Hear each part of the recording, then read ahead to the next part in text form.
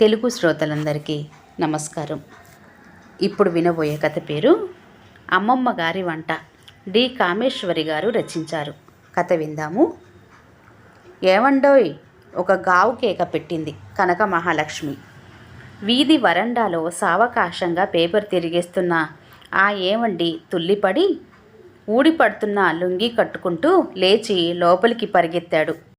కొంపదీసి ఇల్లాలేమన్నా జారిపడిందా, నడ్డో కాలో విరిగిందా, అసలే భారీ కాయం అని భయపడి లోపలికెళ్ళేసరికి ఫోన్ చేతిలో పట్టుకొని మొహం అంతా పౌడరు అంత మందాన పులుముకున్నంత నవ్వుతో నిలుచున్న భార్యని చూసేసరికి తిక్కరేగింది ఆ ఏవండి గారికి. నీ దుంపదేగా, ఎందుకే అలా అరిచావు? నీ కేకలకి ఎప్పుడో గుండె ఆగి చస్తాను.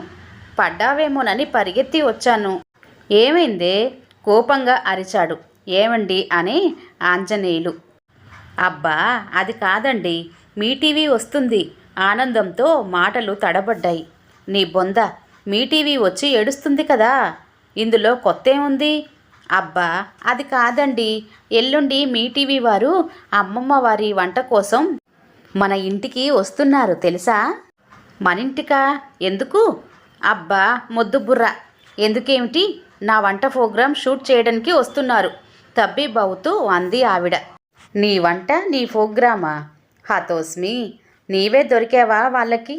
ఇల్లాలి చేత వంట గత 35 ఏళ్లుగా తింటున్న ఆయన కంటే ఆ రుచులు ఎవరికి తెలుస్తాయి? కనకమ్మ మొగుడి వంక చురచుర చూస్తూ, అంతేలేండి, పెరటి చెట్టు వైద్యానికి పనికిరాదు. పెళ్ళాం వంట రుచి మొగుడికి తెలీదు. మీకో దండం, అదంతే, రోజూ ఉండే గోలేగా మన మధ్య. పదండి, ముందు బ్యాంకుకి వెళ్ళాలి మనం. బట్టలు మార్చుకోండి, ఆర్డర్ వేసింది. బ్యాంకుకి ఎందుకు? నీ వంటలకి ఎన్ని వేలు కావాలేమిటి డబ్బు? వెటకారంగా అన్నాడాయన. కనకమ్మ నుదుట కొట్టుకొని, ఇదే అయోమయం మొగుడమ్మా, రోజూ టీవీలో నాతో పాటు వంటల ప్రోగ్రాం చూస్తున్నారుగా, కళ్ళింత చేసుకొని చూడక చస్తానా? రిమోట్ నా చేతికి వస్తే కదా, అమాయకంగా అన్నారాయన. చూడండి, వంటల ప్రోగ్రాంలో అందరూ చక్కగా వెండి కటోరీలు, పళ్ళాలు, బౌల్స్ అన్నీ ఎంత నిగనిగలాడుతూ చక్కగా అలంకరిస్తారు కదా. కటోరీలలో పంచదార, పిండి కూరలు అన్నీ నింపి పెడతారు కదా. ఆవాలు, జీలకర్ర, ఉల్లిపాయ ముక్కలు. వెండి సామాన్ ఎందుకే? స్టీల్ బొచ్చెలు ఇంటి నిండా ఉన్నాయి కదా. ఇప్పుడు బ్యాంకు నుంచి ఇవన్నీ తెచ్చి ఇంట్లో పెట్టుకుంటే రోజులు అసలే బాగాలేవు. చాలే, ఊరుకోండి. వెండి సామానే కాదు, నగలు తెచ్చుకోవాలి. ఇదేం పెళ్ళ? వడుగా నగలు దిగేసుకోవడానికి మళ్ళీ ఓ అడ్డుపుల్ల వేశాడు. నా కర్మ, అందరూ ఆడవాళ్ళు చక్కగా పట్టుచీరలు కట్టుకొని ఒంటి నిండా నగలు పెట్టుకొని మహాలక్ష్మిలా కలకల్లాడిపోతుంటారు. చూడట్లేదా? పెళ్ళాం చక్కగా కనబడాలన్న ఆరాటం ఏ కోశానా లేదు. మీతో వాదించే టైం లేదు. మీరు రానంటే ఆటోలో పోతా. అంత బంగారం వెండి పట్టుకొని ఆటోలో వస్తే ఏదైనా అయితే నన్ననొద్దు, కోపంగా అంది. పతిదేవుడు గతి లేక సతి వెన్నంటాడు. బ్యాంకు నుండి నగల షాప్కి వెళ్ళి వెండి సామాన్లు పాలిష్ పెట్టించి తెచ్చింది. రాగానే బీర్వాలో చీరలన్నీ అటూ ఇటూ లాగి మంచి రంగు బ్లౌజు ఉన్న చీర సెలెక్ట్ చేసుకుంది. టైం లేదు, లేకపోతే కొత్త చీర కొందును అనుకుంది. ఆ మర్నాడంతా ఇంట్లో ఒకటే హడావిడి. ఇల్లంతా బూజులు దులిపించి కర్టెన్లు, సోఫా కవర్లు మార్చి, షోకేస్లో బొమ్మలన్నీ సర్ది, దుప్పట్లు కొత్తవి వేసి, ఫ్లవర్ వాజ్లో పాత ప్లాస్టిక్ పువ్వులు తీసి కొత్త పువ్వులు మార్చి ఒకటే హడావుడి పడిపోయింది. ఏమిటి బాబు ఈ హడావుడి? పిల్లల పెళ్ళి కన్నా ఇలా సర్దానా ఇల్లు? మాట్లాడకండి, ఓ మూల కూర్చోండి, అడ్డు రాకండి, కన్నెర్ర చేసింది. ఇంతకీ ఏ వంట చేస్తున్నావు? కుతూహలంగా అడిగాడు ఆయన. సస్పెన్స్, ముందు చెప్పకూడదు, ఫోర్స్ కొట్టింది. ఆ సాయంత్రం బ్యూటీ పార్లర్కి వెళ్ళి ఫేషియల్ చేయించుకొని జుట్టుకి రంగు వేయించుకొని అటు నుంచి బజార్కి వెళ్ళి వంటకి కావలసిన సామానంతా కొనుక్కొచ్చింది. ఆ మర్నాడు తెల్లారే 5 గంటలకి లేచింది కనకమ్మ గారు. రాత్రంతా నిద్రపోతే కదా ఆవిడ, ఎలా పడుతుంది? టీవీలో పడటం అంటే మజాకానా మరి? ఎన్నిసార్లు ఎస్ఎంఎస్లు ఉత్తరాలు పంపింది. ఆఖరికి దేవుడు కరుణించాడు. గుమ్మం ముందు రంగురంగుల రంగవల్లులు దిద్ది పూల రేకులతో మీ టీవీకి స్వాగతం అంటూ రాసి బంతిపూల మాలలు గుమ్మానికి అలంకరించి వంటకి కావలసిన సరంజామా అంతా వెండి గిన్నెల నిండా సర్దింది. కూరలవి తరిగించి పెట్టింది. ఏర్పాట్లన్నీ పూర్తయ్యేసరికి అలసిపోయి వేడి నీళ్లు పోసుకొని వేడి కాఫీతో ఆస్ప్రిట్స్ వేసుకుంది. మీ టీవీ రాక ఇరుగు పొరుగుకి నిన్ననే తెలిసింది. తెలియని వారందరికీ స్వయంగా ఆవిడే ఫోన్ చేసి గర్వంగా చెప్పేసింది. ఆడబడుచుకి చెల్లెలికి ఫోన్ చేసి సాయానికి రమ్మంది. ఇరుగు పొరుగు వస్తామంటే అబ్బే ఇంతమంది వస్తే గోల అవుతుందంటారు, ఆయన టీవీలో ఎలాగైనా చూస్తారుగా అనేసింది. 11 గంటలకి టీవీ వాళ్ళ నుంచి ఫోన్, మరో 10 నిమిషాలలో వస్తున్నామని. వ్యాన్ హారన్ మ్రోగగానే రండర్రా వాళ్ళొచ్చారు అని హడావుడి పడుతూ బొకే వెండి పళ్ళెం పట్టుకొని ఆడవాళ్ళంతా గేటు దగ్గరికి నడిచారు. బాగుంది వెర్రి. మగపెళ్లి వారికి ఎదురు సన్నాహంలా హడావుడి. యాంకరమ్మకి కాళ్ళు కడిగి హారతి ఇస్తుందేమో నవ్వుకున్నాడు ఆంజనేయులు. కాళ్ళు కడిగి హారతి ఇవ్వలేదు గాని బొట్టు పెట్టి రవిక గుడ్డ పళ్ళు చేతిలో పెట్టి బొకే అందించి హట్టహాసంగా ఆహ్వానించింది కనకమ్మగారు. అబ్బో, బాగా అరేంజ్ చేశారు. ముగ్గులవి మీరే పెట్టారా అమ్మమ్మగారు అంది యాంకరమ్మ ఒయ్యారంగా నడుస్తూ. ఆ అంతా నేనే చేశాను అంది. కానీ మనస్సులో అమ్మమ్మగారు అనటం ఎందుకు, నేనేం అంత ముసలిదానిలా కనబడుతున్నానా అనుకుంది. కెమెరాలు, లైట్లు, మనుషులు లోపలికి నడిచారు. లైటింగ్, కెమెరా అన్నీ సర్దుకునే వరకు అందరికీ కూల్ డ్రింక్స్ ఇచ్చింది మేనకోడలు. కెమెరామ్యాన్ అంతా సరి చూసుకొని రెడీ కవిత, స్టార్ట్ చేద్దాం అన్నాడు సిగ్నల్ ఇస్తూ. మేకప్ మ్యాన్ వచ్చి యాంకర్ మేకప్ టచ్ చేశాడు. అద్దంలో చూసుకొని పూలు, చీర అవి సర్దుకొని పదండి అమ్మమ్మగారు వెళ్దాం అందే యాంకర్. మేకప్ తనకి వేయలేదే అన్న సందేహం వచ్చి మరి నాకు మేకప్ వద్దా అంది కనకమ్మగారు. మీకెందుకు, చక్కగా అందంగా అమ్మమ్మలా ఉన్నారు అంది యాంకరు. ఈ అమ్మమ్మ పదం వదలదు కాబోలు అనుకుంది కినుకుగా. ఆవిడ మొహం చూసి హరి ఆవిడకి కాస్త టచ్అప్ చెయ్యి అంది. మేకప్ కుర్రాడు పౌడర్ షెడ్ ముఖం మీద అటూ ఇటూ అద్దాడు. లైట్లు వెలిగాయి. కెమెరా పొజిషన్ చూసుకొని రెడీ అన్నాడు కెమెరామెన్. అంతవరకు లేని గాబరా లైట్లు వెలిగి కెమెరా ముందుకు వెళ్ళగానే చెమట్లు పట్టాయి ఆవిడికి. నమస్కారం, ఈరోజు మీ టీవీ అమ్మమ్మగారి వంట కోసం మనం కనక మహాలక్ష్మి గారింటికి వచ్చాం. అమ్మమ్మగారు ప్రేక్షకులకి ఏం వంట పరిచయం చేసి చూపిస్తారు? కనకమ్మ కాస్త తడబడి ఈరోజు 2 కొత్త రకం వంటలు చూపిస్తాను అంది కాస్త తడబడి. అలాగా, మీలా కొత్త వంటలు చేసి చూపించేవారే కావాలి మాకు. మీ మొదటి వంట ఏం చూపిస్తారు అంది యాంకరు కవిత. బెండకాయ, చామదుంపలు, బచ్చలి కూరతో కూటు చేసి చూపిస్తాను గర్వంగా అంది. యాంకరు మొహం అదోలా పెట్టి చామదుంప, బెండకాయ, బచ్చలి అన్నీ జిగురుగా ఉంటాయి కదా, కూటు బాగుంటుందా, జిగురుండదా? అబ్బే, వండే విధంగా వండితే అన్నీ బాగుంటాయి, చేసి చూపిస్తాగా గొప్పగా అంది. అయితే సరే, ఏమేం కావాలో ఎలా చేయాలో చెప్పండి మరి. కుక్కర్లో 1 కప్పు పెసరపప్పు ఉడికించి పెట్టుకోవాలి. 1 కొబ్బరి చిప్ప, 4 పచ్చిమిర్చి, జీలకర్ర వేసి రుబ్బి పెట్టుకోవాలి. ఒక్కొక్కటి చూపిస్తూ అంది. ఓ, ఇవన్నీ ముందే రెడీ చేసి పెట్టుకున్నారన్నమాట. ఎంతైనా అమ్మమ్మల కాలంలో అంతా పద్ధతి ప్రకారం చేసేవారు మెచ్చుకోలుగా అంది యాంకరు. మరంతే అమ్మాయి, ఈ కాలం వాళ్ళు అన్నీ కుక్కర్లో తలో గిన్నె పడేసి ఉడికించడమా వంట అంటే? పప్పు సన్నని సెగన ఉడకాలి, పులుసు నెమ్మదిగా మరగాలి. అవునవును, ఆవిన్ని అనకపోతే ధోరణి పక్కత్రోవ పడుతుందనిపించి ఆపింది. సరే, ఇప్పుడు ఏం చెయ్యాలో చూపండి. కనకమ్మ గారు కుక్కర్ స్టవ్ మీద పెట్టి నూనె వేసి జీలకర్ర, ఆవాలు, ఇంగువ, కరివేపాకు వేసింది. వేగిందా? ఇంకా ఇప్పుడేం వెయ్యాలి యాంకరు అంది. అయ్యో, దానమ్మ కడుపుడుక, తొందర పెడితే ఎలా అమ్మాయి? పోపు వేగొద్దా? ఆవాలు చిటపటలాడొద్దా? అయినా మీ టీవీ వంటల్లో పోపు వేస్తారు, అవి వేగకుండా దాని మీద ఉల్లిపాయ ముక్కలు, టమోటా ముక్కలు, కూరలు అన్నీ వేసేస్తుంటారు. అప్పుడు అడుగున పోపు ఎలా వేగుతుంది, ఆవాలు కసకసలాడుతూ. నేనెన్నిసార్లు మీకు ఓ కార్డు రాసి పడేద్దామనుకున్నాను. అంతేకాదు, ప్రతి వంటల్లో ఇంత అల్లం వెల్లుల్లి ముద్ద పడేస్తారు. అన్నీ ఒకే రుచిలో ఉండవు కూరలు హాస్యంగా అన్నట్టు దులపడం మొదలుపెట్టింది కనకమ్మ. యాంకరమ్మ బిక్కమొహం పెట్టి, అవునా అమ్మమ్మగారు, అలా వేయకూడదా అంది ఏడవలేని నవ్వు నవ్వి. పోపు వేగాక ఓ గ్లాసు నీళ్లు పోసి అందులో బెండకాయ ముక్కలు, బచ్చలి ఆకు, ఉడికించిన చామదుంపలు, పెసరపప్పు, కొబ్బరి ముద్ద అన్నీ వేసింది. ఇప్పుడేం చెయ్యాలి అమ్మమ్మగారు?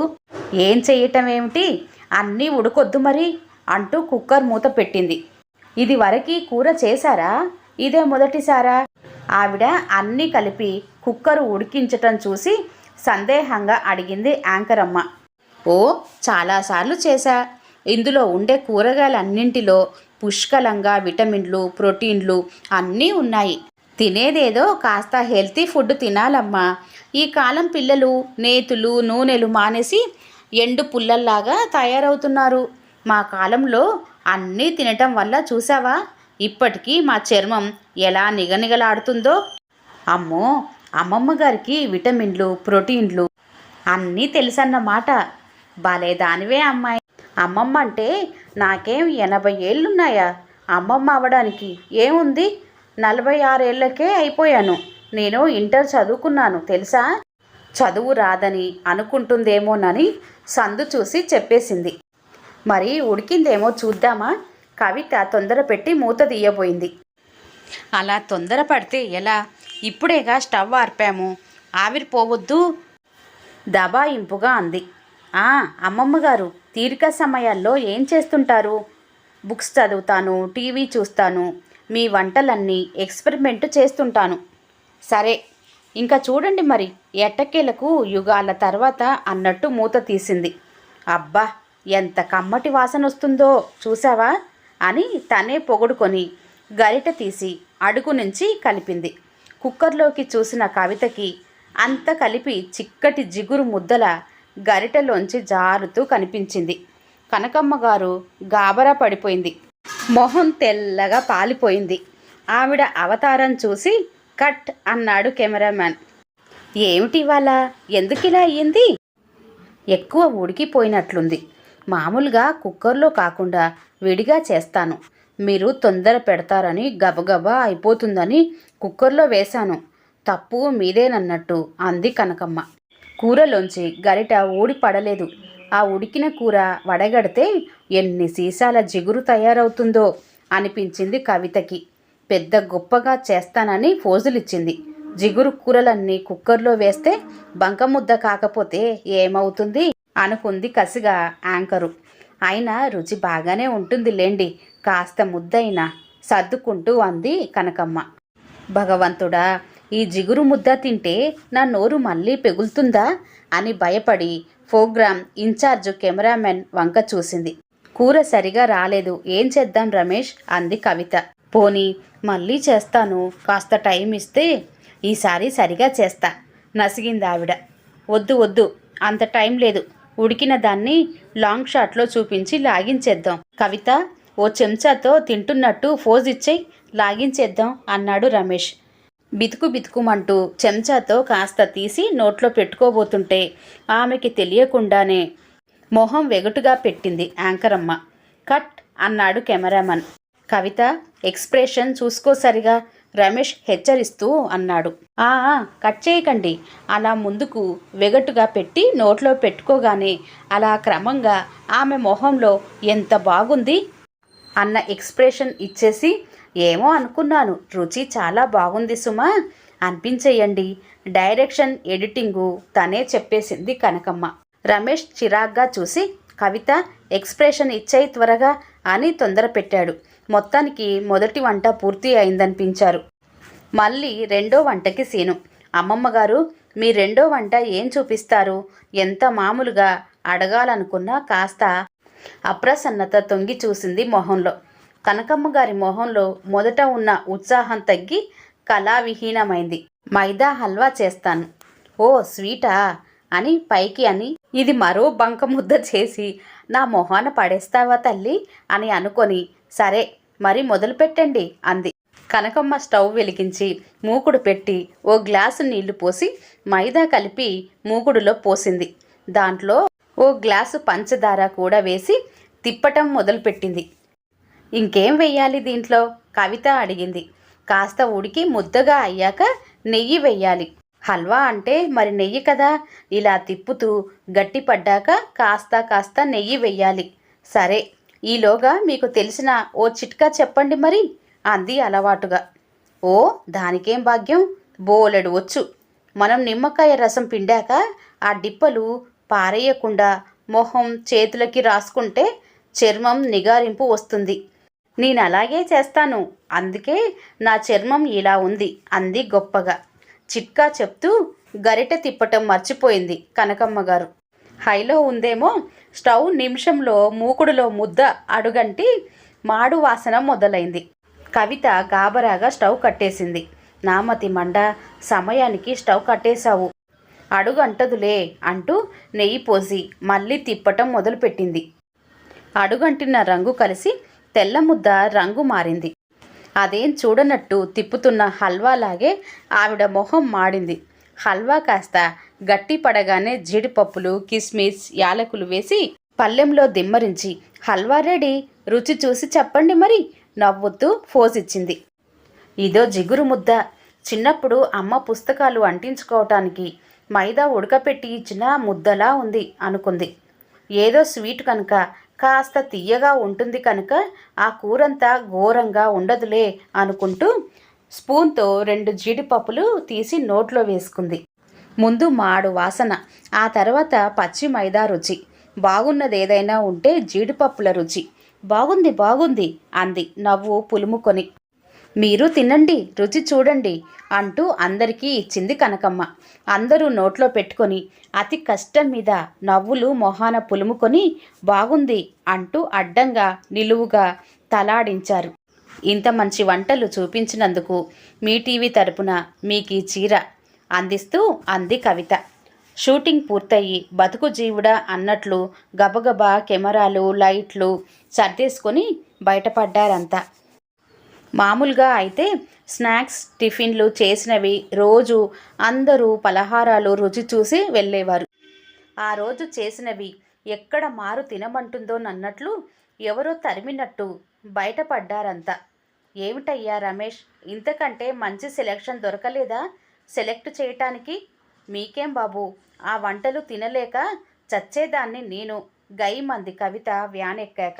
ఆవిడ వంటలు కాదు, వెండి సామాను, తన నగలు చూపించటానికి పిలిపించినట్లుంది. మాటలు మాత్రం కోటలు దాటాయి. ఈ వంటలు ప్రేక్షకులకి చూపిస్తే ఎన్ని తిట్లు తిడతారో, ప్రొడ్యూసర్ ఏమంటాడో ఆలోచించుకో అన్నాడు కెమెరామ్యాన్. మరి చీర కూడా సమర్పించుకున్నా, ప్రోగ్రాం లేకుండా చీర నష్టం అంటారేమో కవిత అంది. ఏమో, ప్రొడ్యూసర్కి చూపిద్దాం, ఫైనల్ డెసిషన్ ఆయనే చూసుకుంటాడు రమేష్ అన్నాడు. శంకర్, కాస్త ఈ గుడి, పార్కు వగైరా 4-5 చోట్ల షాట్లు తీద్దాం. ఈవిడని వీలైనంత కట్ చేద్దాం. వ్యాన్ ఆపి కాస్త 4-5 షాట్లు తీ అన్నాడు రమేష్. వారం తర్వాత టెక్నికల్ ప్రాబ్లమ్స్ వల్ల, అనివార్య కారణాల వల్ల ఆవిడ ప్రోగ్రాము వేయలేకపోతున్నందుకు చింతిస్తున్నాం అన్న ఫోను అందుకున్న కనకమ్మ మూర్ఛ అయితే పోలేదు, కానీ చేష్టలు ఉడికినట్లు అలా ఉండిపోయింది చాలాసేపు. ఈ కథ ఇంతటితో సమాప్తం అండి. కథ కనుక నచ్చినట్లయితే దయచేసి ఒక లైక్ మాత్రం చేయండి ప్లీజ్. మరొక మంచి కథతో మళ్ళీ కలుద్దాం. అంతవరకు సెలవు, నమస్తే. అలాగే కొత్తవారు కనుక మన ఛానల్ని ఫస్ట్ టైం కనుక చూస్తున్నట్లయితే దయచేసి సబ్స్క్రైబ్ చేసుకోండి. Thanks for listening.